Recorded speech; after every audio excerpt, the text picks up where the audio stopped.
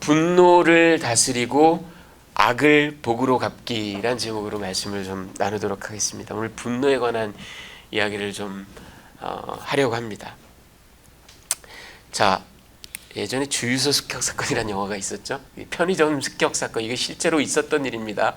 불과 한 3, 4년 전에 2020년 이때 우리나라 그 경기도 평택시에서 있었던 일입니다. 지금 여러분 이 편의점에 자동차가 난입을, 이게 근데 실수로 아니면 운전 미숙으로 급발진으로 일어난 게 아닙니다. 이 39세 여성이었는데요. 이 여성이 화가 나가지고 자기 차로 들이받고 막 좌우로 옆으로 앞으로 뒤로 막 돌진을 하고 그 안에서도 막 난동을 부리면서 이 편의점을 완전히 쑥대밭으로 만든 그런 일이 있었습니다. 왜 그랬는지 알아보니까 이 여성이요, 이 일을 벌이기 직전에도 여기 점주랑 막 싸움을 하고 자기 골프채로 점주를 막 위협하고 난동을 부리다가 그걸로도 성이 안 차가지고 밖에 나가서 자기 차를 몰고 가서 이렇게 난리를 편 겁니다. 경찰이 출동했죠. 그래도 멈추질 않아요. 너무 심해서 결국은 경찰이 공포탄을 쏘고야 나서 제압이 됐습니다. 제압이 되고 나서도 계속 욕설을 퍼붓고 뭐 난리를 부려서 이 여성은 결국은 재판에 넘겨져서 실형을 선고받았어요. 자, 근데 이 일이 왜 이루어졌느냐? 이 편의점이 속한 이 본사가 그림 공모전을 했습니다. 그림 공모전에 이 각 그 영업장에 이렇게 그림이 이렇게 제출이 되면 그거를 수합해서 본사로 보내야 되는데 자기 어린 딸이 여기에 출품을 또 여기 딸 문제가 또 개입이 돼요. 출품을 해야 되는데 이게 본사로 배송하는 과정에서 이게 누락이 됐는지 뭐 없어졌어요. 그래가지고 이 여성이 사실은 이 일이 있기 전 3개월 전부터 막 이 집에 찾아와서 네가 고의로 내 딸 거를 떨어뜨렸지 막 이래가면서 막 난리를 쳐가지고 이미 불구속 송치가 된 상태에서 이미 재판을 받고 있는 과정이었어요. 그러다가 이제 또 못 참아가지고 결국은 3개월 뒤에 이 난리를 친 겁니다. 여러분, 이 여성은 알고 봤더니 2년 전에 분노 조절 장애 진단을 받은 사람입니다. 그래서 심지어는 뭐 남편과 막 이렇게 다투다가 병원에서 뭐 막 그 들이받고 그래가지고 병원 기물을 파괴하고 그래서 또 집행유예 선고를 받은 적도 있는 그런 사람입니다. 결국은 이 분노 조절 장애 이 병을 치료하지 못하고 가정도 이혼으로 끝이 나고 그런 사연이 신문에 이렇게 소개가 된 적이 있어서 제가 여러분께 이게 왜 그러냐 하면요, 여러분 이 현대인의 마음의 병이라고 하는 이게 정식 명칭은 Intermittent Explosive Disorder IED라고 합니다. 예. 그대로 번역하면 간헐적 폭발성 장애입니다. 예. 쉽게 그냥 레이 피플의 말로는 분노 조절 장애입니다. 여러분 주변에 분노 조절 장애가 있는 분들이 제법 많습니다. 더군다나 이 팬데믹을 이제 지나고 그러면서 사실은 그 팬데믹 기간에 연구 조사 보고에 의하면 분노 조절 장애가 무려 30%나 증가를 했다라는 그런 보고도 있습니다. 자, 여러분 이 현대인의 마음의 병, 이 분노 조절 장애 비정상적이죠. 뭐 화를 그냥 내는 정도가 아니라 막 기물을 파괴하고 자동차로 들이받고 사람을 상하게 하고 이거 분명히 아주 심각한 일입니다. 자, 그런데 오늘 여러분 뭐 우리는 그 정도까지는 그렇지만 우리 모두에게 사실은 다 분노의 문제가 있습니다. 오늘 사도 베드로가 그 분노에 관한 이야기를 합니다. 내용을 아주 잠깐 간단하게 제가 이렇게 요약을 해드리면 먼저 8절에는 공동체 내 행동 강령을 이야기합니다. 여러분 지금 쭉 우리가 제사장 나라의 그 행동 강령이다 그런 얘기를 제가 이름을 붙여봤죠. 그래서 고품격의 정치 사도 베드로가 그런 얘기를 하고 있다 그랬죠. 그 서문에 해당되는 것에 이제 제일 마지막 부분 마지막으로 이렇게 얘기를 합니다. 자, 베드로가 너희는 마음을 같이 하고 동정하고 형제를 사랑하고 불쌍히 여기고 겸손해라. 이렇게 5가지 긍정적인 명령을 내리는데, 이건 가만히 컨텍스트를 보면 믿음의 공동체 안에서 너희가 이렇게 행하라, 그런 얘기입니다. 자, 그리고 이제 그 다음 절 9절 한 절에 보면 이번에는 공동체 밖에서의 행동 강령을 얘기합니다. 거긴 뭐라고 얘기하냐면 악을 악으로 갚지 말아라, 또 욕을 욕으로 갚지 말아라, 그리고 악행하는 자들에게, 너희에게 악행하는 자들에게 오히려 복을 빌어라, 이런 명령을 합니다. 근데 여러분, 제가 이게 공동체 밖의 행동 강령이다 이렇게 이름을 붙여는 봤지만 안타까운 현실이기도 하지만, 여러분, 이거는 2000년 전에 초대교회, 아주 극단적인 박해를 받던 초대교회에서는 이런 이분법이 어느 정도 성립이 됩니다. 교회 내에서는 정말 겸손하게, 동정하고 연민으로 사랑을, 하지만 교회 밖에서는 우리를 공격하니까 악을 악으로 갚지 말고. 근데 오늘날은 어떤가 가만히 생각해 보면 이게 공동체 안이나 밖이나 별로 상관이 없습니다. 공동체 내에서도 여러분이 익히 보셔서 알고 계시겠지만 싸우고 험담하고 물어뜯고 피지컬한 그런 정말 다툼을 하고 중상 비방하고 모략하고 이런 일들이 교회 공동체 내에도 너무나 많습니다. 오히려 공동체 내 싸움이 더 심한 것 같아요. 그러니 사실 21세기 오늘날 저와 여러분에게는 공동체 안이나 밖이나 구분하지 말고 이런 그 사도 베드로의 권면을 우리가 모든 사람들에게, 나에게 악행하는 자들에게 복을 빌어주고 또 형제 자매들에게 선을 행하고 그런 일들을 해야 될 것 같습니다. 자, 이를 위하여 너희가 부르심을 받았다라는 말을 사도 베드로가 하고 있습니다. 그리고 이제 세 번째 10절에서 12절까지는 이 모든 근거를 이렇게 얘기합니다. 주께서 지켜보심으로. For the Lord is watching. 그 이유를 시편 34편 12절에서 16절 말씀을 그가 인용을 해요. 생명을 사랑하고 좋은 날 보기를 원하는 자는 혀로 범죄하지 말고 악에서 떠나고 화평을 구해라. 왜냐? 주께서는 의인을 바라보시고 의인의 간구를 들으시지만 악을 행하는 자를 대한다. 왜 여기에 우리 개혁성경에 이렇게 나와주면 대적한다라는 겁니다.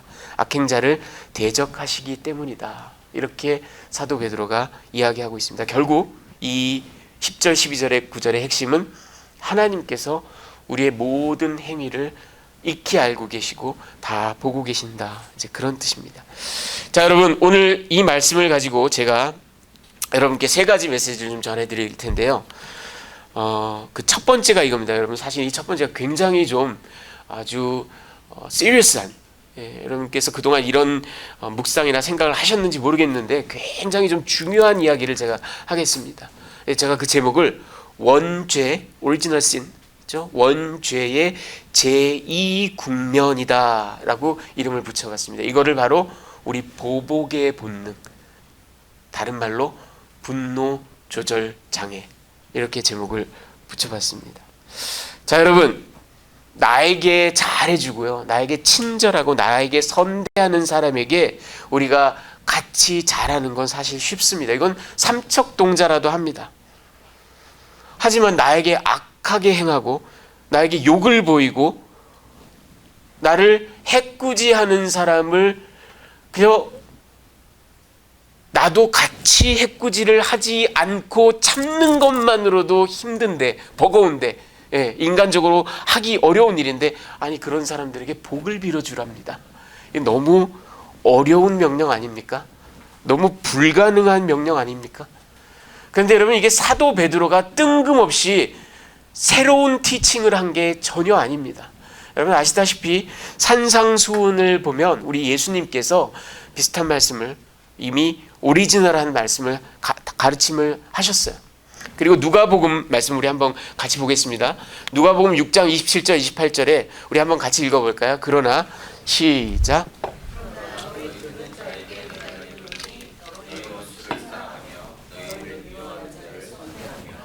너희를 저주하는 자를 위하여 축복하며 너희를 모욕하는 자를 위하여 기도하라. 여러분, 예수께서 이미 원수를 사랑해라 이런 말씀을 하셨습니다. 여러분, 근데 우리 가운데 원수를 사랑하는 사람이 있습니까? 이게 가당키나 합니까? 원수를 같이 막 붙잡고 난리를 치고 해코지를 하지 않는 것만으로도 사실은 여러분 굉장히 선하게 살아가는 건데, 그 원수를 사랑할 수 있냐고요, 우리가. 이게 말이 안 될 정도로 힘듭니다. 근데 이게 왜 힘든가 가만히 생각해 보면요, 분노 때문에 그렇습니다. 딴 이유가 아니에요. 원수가 있다, 나에게 해코지를 한다, 나를 막 욕하고 다닌다.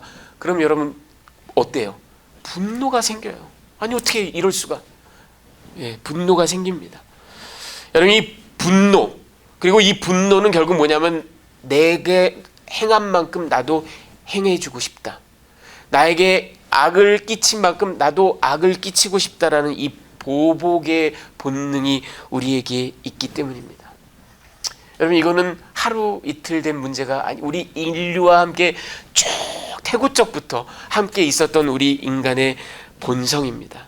여러분이 잘 아시는 저 함무라비 법전, 여러분 아시죠? 이 고대 바빌론의 이 주전 18세기입니다. 1750년경이에요. 예수님 오시기 전 이미 1750년경에 고대 바벨론 왕국의 이 함무라비 왕이, 여러분 저게 지금 파리 르브르 박물관에 있는 그 스텔인데, 저기 보면 정말 깨알 같은 글씨로 서령 문자로 고대 아카드어로 무려 4,000줄이 넘는 라인으로 정말 세세하게 법률 조항을 그래서 우리 인류가 가지고 있는 가장 오래된 법전은 아니지만 가장 완벽하게 보존되어 있는 그런 법전 성문법입니다. 근데 여러분, 저 함무라비 법전에 여러분이 잘 아시는 아주 유명한 구절이 나옵니다.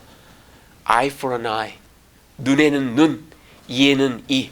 그거를 보통 lex talionis 이렇게 얘기합니다. 이게 the law of retaliation, 보복법이라는 겁니다. 나의 눈을 뽑았어? 나도 네 눈을 뽑아주겠어. 나의 이를 뽑았어? 나도 네 이를 뽑아주겠어. 여러분, 근데 이 lex talionis가요, 놀랍게도 몇백 년 뒤에 나오는 모세의 율법에도, 레위기에 보면 다 나와요. 눈에는 눈, 이에는 이. 그러니까 여러분, 우리가 지금 생각하기에는 너무 야만적인 법률이 아닌가, 너무 정말 무자비한, 사람들이 어쩜 뭐 몇천 년 전 사람들이라서 그런지 이렇게 무식하고 야만적인가, 이렇게 생각하실 수 있어요. 하지만 사실은 고대 역사를 생각해보면, 그리고 인류 문명사를 생각해보면 이게 굉장히 고양된, 아주 한 단계 진전한, 도덕성이나 문명이 진전한 법률이라는 증거입니다. 그게 왜 그런 줄 아세요? 이 보복법이 왜 인간적이고 왜 고상한 거냐면요, 이 보복법이 생기기 전에는 내 눈을 뽑았어? 네 이빨까지 내가 싹 다 뽑아줄게. 이게 인간의 본성이에요. 네가 내 이를 뽑았어? 너의 숨통을 끊어줄게. 네가 내 자식을 죽였어? 너의 집안을 싹 다 죽여줄게. 이게 우리 인간의 본성입니다. 보복의 본성. 그러니까 렉스 탈리오니스는 어떻게 보면 딱 당한 만큼만 해줘 하고 법률을 정한 겁니다. 그러니까 이게 사실은 굉장히 진전된 법인 겁니다. 그런데 이런 게 고대 함무라비 법전에 나오듯이, 그리고 심지어는 우리 성경에 나오듯이, 여러분, 우리 인간은 보복의 본능, 나에게 해를 끼친 것만큼, 아니 그 이상으로 내가 갚아주겠어, 이게 바로 인간의 본성입니다. 여러분, 창세기 3장에 보면은 선악과 사건이 나오죠. 제가 하저운 시간에, 그리고 조직신학 시간에 누차 말씀드렸습니다. 이 선악과 사건의 신학적인 핵심이 뭐냐? 그건 단순히 과실을 따먹었다, 하나님이 하지 말라는 걸 했다, 그게 문제가 아니라 왕위 찬탈이라서 이게 엄청난 죄악, 원죄라는 걸 제가 말씀드렸습니다. 왜? 하나님께서, 선악과라는 건 선과 악을 안다 모른다의 문제가 아니라고 제가 말씀드렸어요.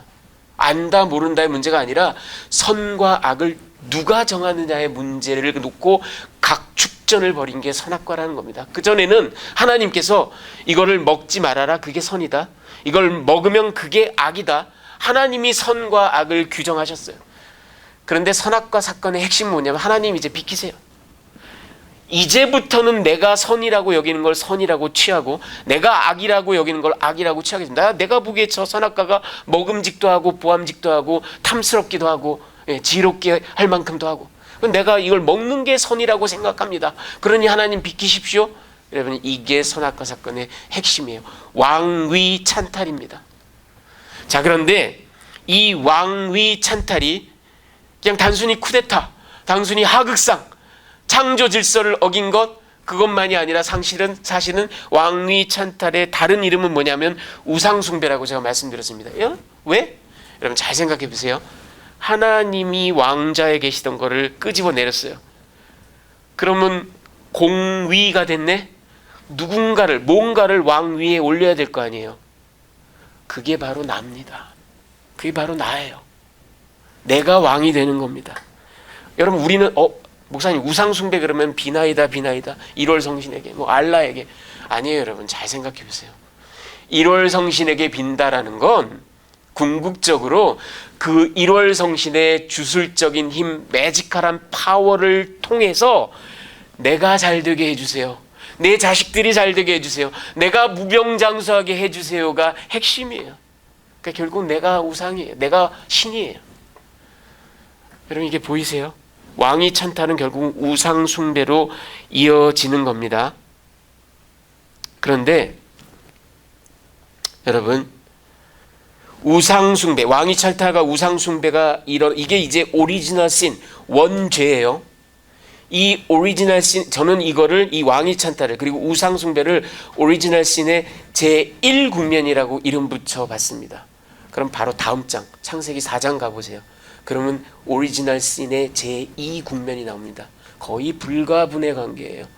그게 뭐냐면 바로 가인의 동생 아벨을 쳐 죽이는 살인사건이 나옵니다.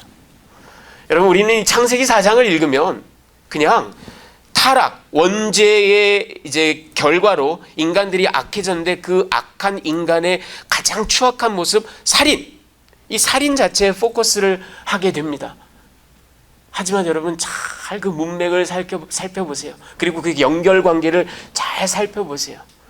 왕위 찬탈을 하고 그 자리에 나라는 우상을 세우고 났더니 그로 인해서 생겨나는 제2국면이 뭐냐면 여러분 바로 분노입니다.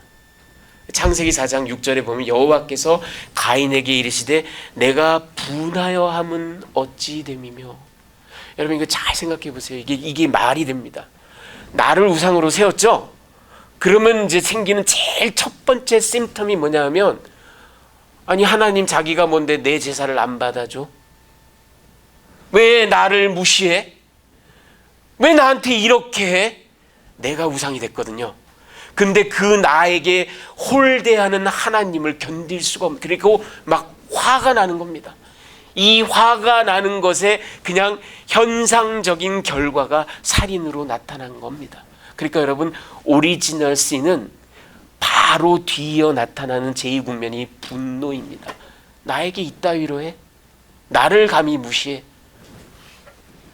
여러분 저 요나서에 가보면요, 이 요나가 그 이름은 선지자라는 타이틀을 갖고 있지만 사실은 성경 역사 전체를 통틀어 봐서 이렇게 형편없는 사람이 없습니다, 사실. 그리고 요나는요, 여러분, 제가 보기에 우상 숭배자입니다. 왜 그런지 아세요? 이 사람은 전도도 자기가 원하는 민족에게 해야만 합니다.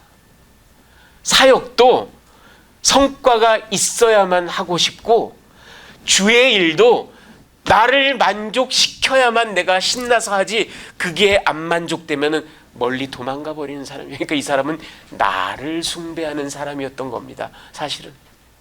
근데 그 요나가 마지막 4장에서도 박농쿨이 없어지는 걸 보고 막 승질을 내죠. 그때 하나님이 4장 9절에 보면, 여러분 같이 한번 읽어볼게요. 하나님이 시작. 하나님이 요나에게 이르시되 내가 이 박농쿨로 말미암아 성내는 것이 어찌요. 그가 대답하되 내가 성내어 죽기까지 할지라도 오르니이다. 여러분 그의 우상 숭배와 그의 분노가 보이세요? 우상숭배와 분노는 동전의 양면입니다. 나를 우상으로 섬기기 때문에 나에게 조금이라도 섭섭하면, 나에게 조금이라도 해코지가 왔다고 생각하면 걷잡을 수 없는 분노가 치미는 겁니다. 자, 여러분, 그렇다면 오늘 우리가 참 감당하기 힘든 가르침을 받습니다. 원수를 사랑해라. 원수에게 복을 빌어줘라. 이게 참 어려워요. 근데 제가 여러분 이게 된다라는 걸 오늘 증명해 드리겠습니다.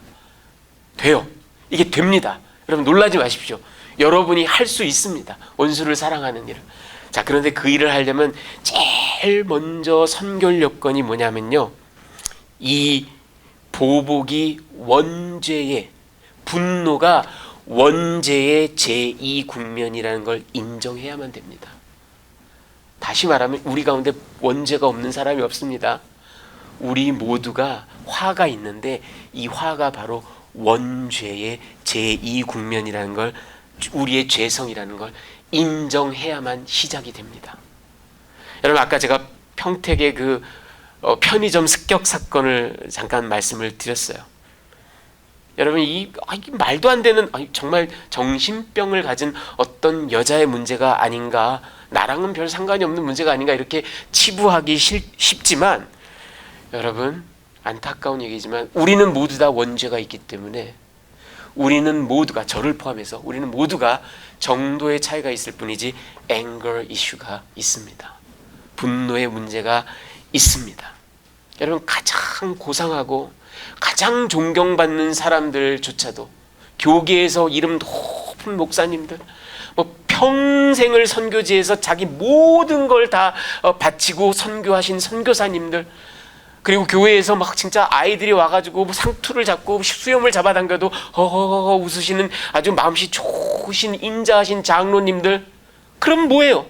집에 가서 아내에게, 자식들에게 버럭버럭 소리 지르고 막 벌벌벌벌 떨게 만들고, 그거 다 분노 이슈가 있는 거예요.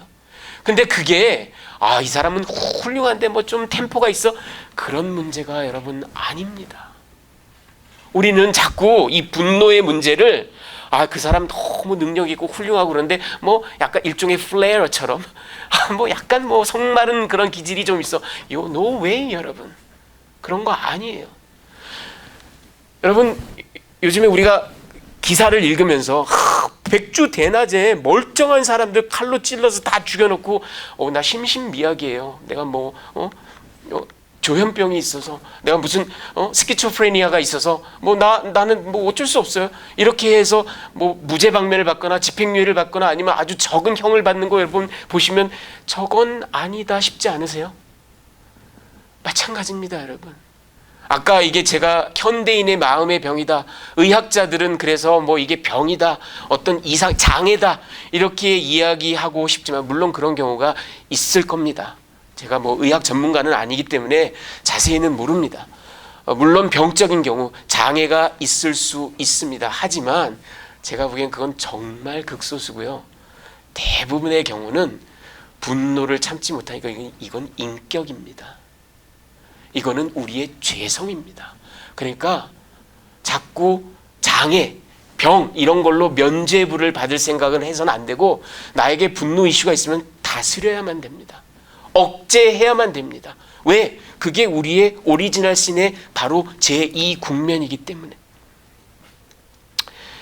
여러분, 이 분노, 이 보복의 본능은 바로 아담 이후 우리 모든 인류의, 우리 DNA에 새겨져 있는 죄성이라는 것을 인정하는 것. 그러니까 나 역시 예외가 아니라는 것. 내가 만약 분노를 폭발했다, 이게 내가 장애가 있다 이렇게 생각해서는 안 돼요. 내가 다 훌륭한데 이런 흠이 있다 이렇게 스스로에게 관대해서는 안 돼요. 이건 죄입니다. 다스려야만 합니다.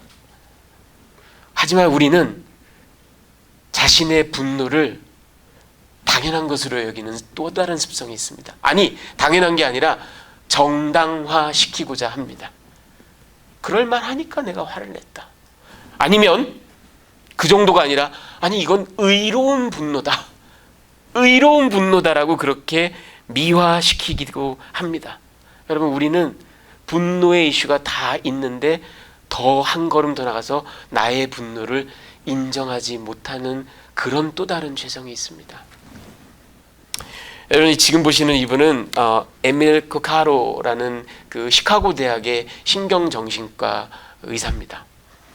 이 사람이 2000년대 초반에 그 시카고 트리뷴즈에 아주 흥미로운 기사를 썼어요.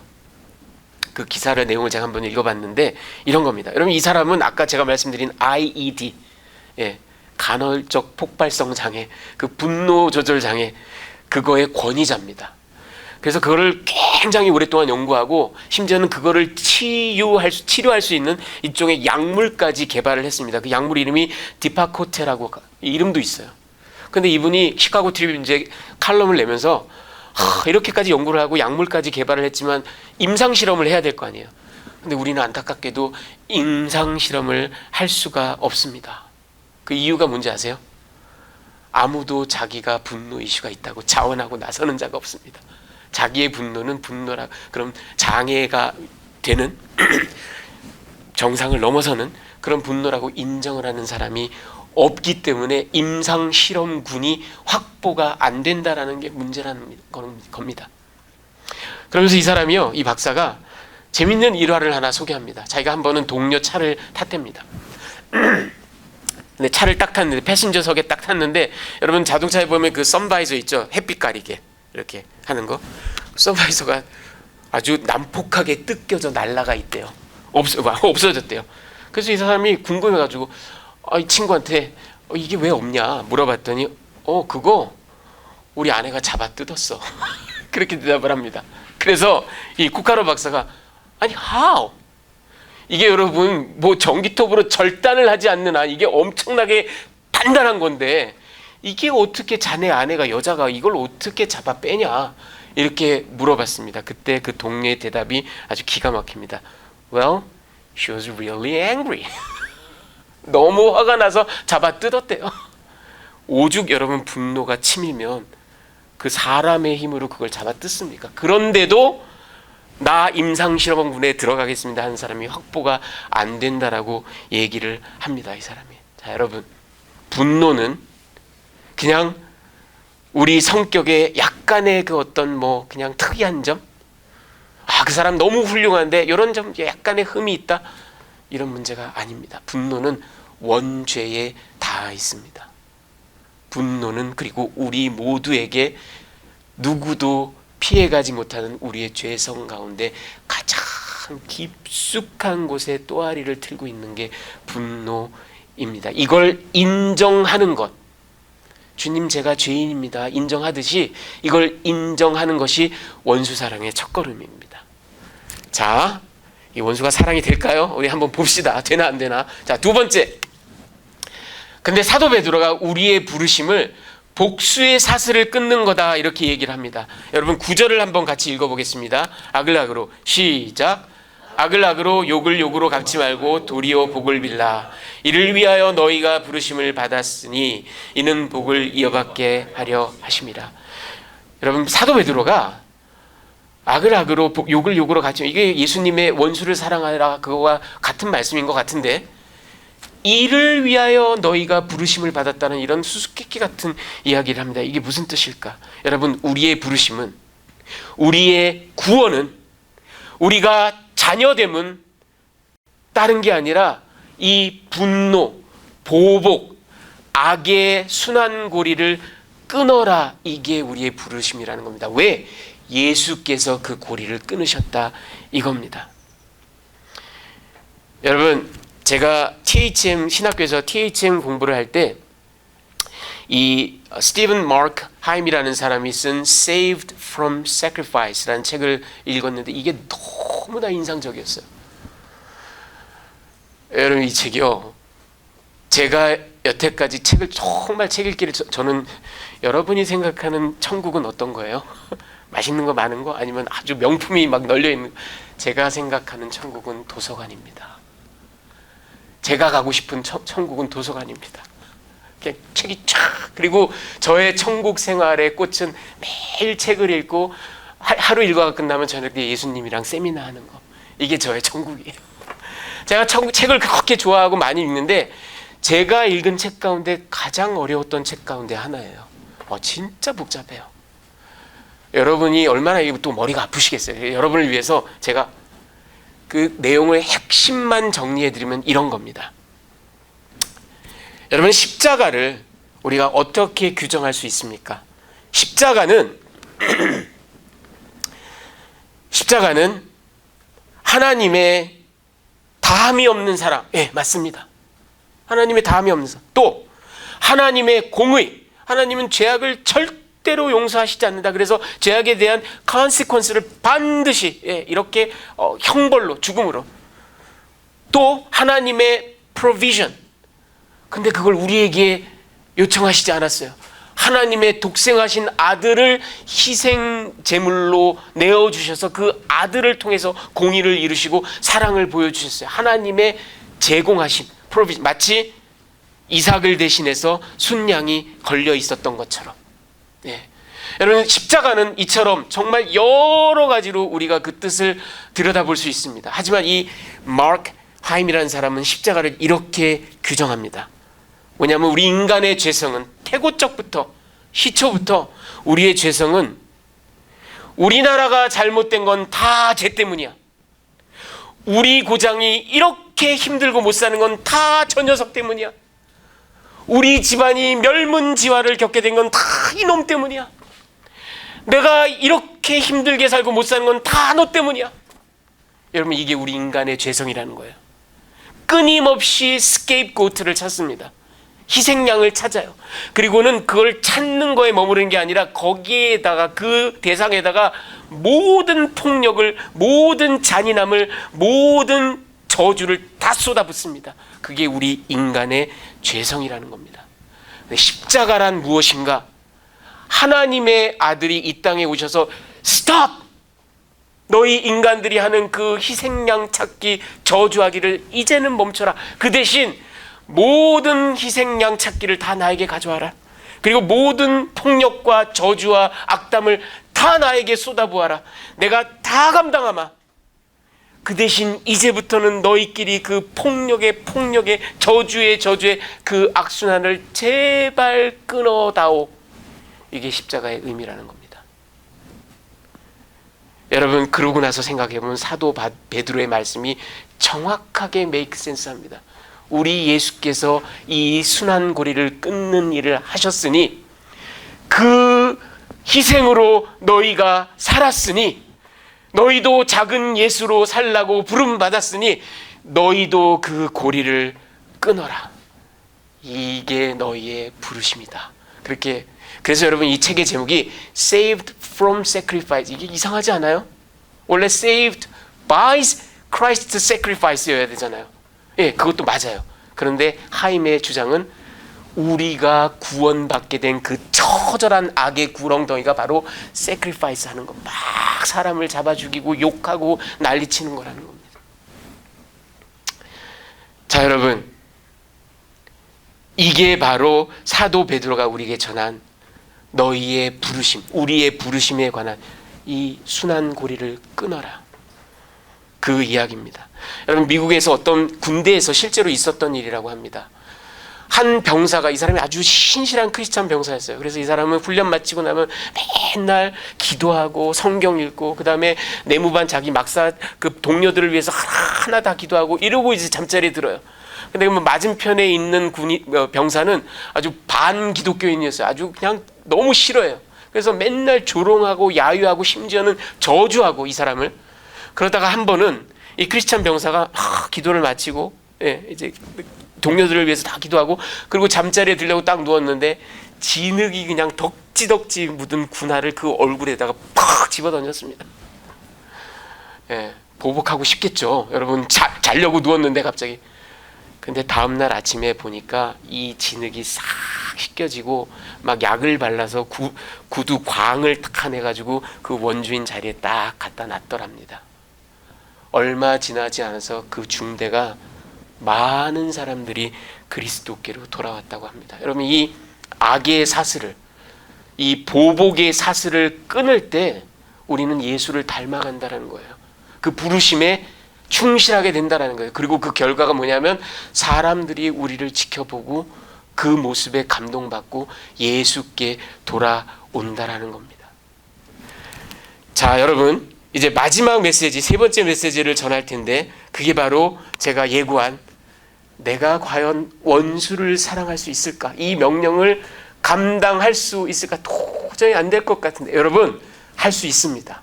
됩니다. 제가 그걸 증명해 드리겠습니다. 여러분, 우리는 이 말씀을, 예수님의 말씀을, 그리고 사도들의 말씀을 원수를 사랑해라, 원수를 위해서 복을 빌어라, 교리적으로는 알고 있어요. 하지만 우리 톡 깨놓고 얘기해서 이게 가능한 사람은 우리 가운데 아무도 없어요. 나를 죽잡고 미워하는 사람을 어떻게 뜨겁게 사랑할 수 있어요? 그렇죠? 그 원수랑 같은 공간에 있는 것도 숨 막히는데 그거 어떻게 사랑합니까? 이건 너무나 비현실적인 명령 아닙니까? 너무 우리를 거의 슈퍼휴먼으로 바라보는 그런 명령, 이거는 좀 성경 말씀이지만 좀 불가능하다 이런 생각이 드시지 않나요? 자, 그런데 여러분, 이게 됩니다. 이게 됩니다. 기뻐하십시오. 이게 됩니다. 근데 이게 되려면 한 가지 전제 조건이 있습니다. 그게 뭐냐 하면 우리는 원수를 사랑해라, 이 사랑, love라는 단어를 들으면 저와 여러분 21세기의 사람들이고 르네상스를 거쳐서 근대화가 되고 그 다음에 로맨티시즘도 거치고 뭐 여러 가지 우리는 문학 작품들을 읽고 더군다나 20세기 21세기 들어서면 우리 개인의 어떤 사랑, 남녀 연인 간의 그 어떤 로맨티시즘, 에로티시즘, 아니면 뜨거운 사랑, 뭐 아니면 가족을 향한 뭐 절절한 헌신, 이런 것들이 사랑 그러면은 그런 거, 우리는 이런 문화에서 살고 있기 때문에 이게 불가능하게 느껴지는 거예요. 하지만 여러분, 2000년 전에 그레코 로만 시대 성경이 쓰여졌던, 그리고 히브리인들이 말하는 원수를 사랑해라 라는 그 사랑을 그 시대의 문화로 돌아가서 그 어법에 맞는 단어로 해석하면 이게 불가능한 얘기가 아닙니다. 제가 증명해 드릴게요. 예수께서 원수를 사랑해라 할 때 그 사랑은 우리가 생각하는 남녀 간의 사랑, 자식에 대한 사랑, 이런 사랑이 아니에요. 그게 아니라 그 사랑은 인간으로서 할 바를 그저 해라, 또는 인간으로서 해서는 안 되는 일을 하지 말아라, 아무리 하고 싶어도 하지 말아라, 이 뜻이에요. 뭘 보면 알 수 있어요? 여러분, 누가복음 10장에 보면 저 유명한 선한 사마리아인의 비유가 나옵니다. 바리새인들이 누가 진짜 우리 이웃입니까? 이웃을 내 몸처럼 사랑하는 말이 어떤 겁니까? 하고 이렇게 도발적인 질문을 했을 때 예수께서 주신 비유예요. 근데 그 사마리아인이요, 여러분, 길에 쓰러져 있는 유대인을 치료해주고 부비까지 돼가면서 고쳐주는데, 여러분, 이게 가만히 보면 원수를 사랑한 겁니다. 예수님이 전해주신 그 말씀의 문맥 입장에서.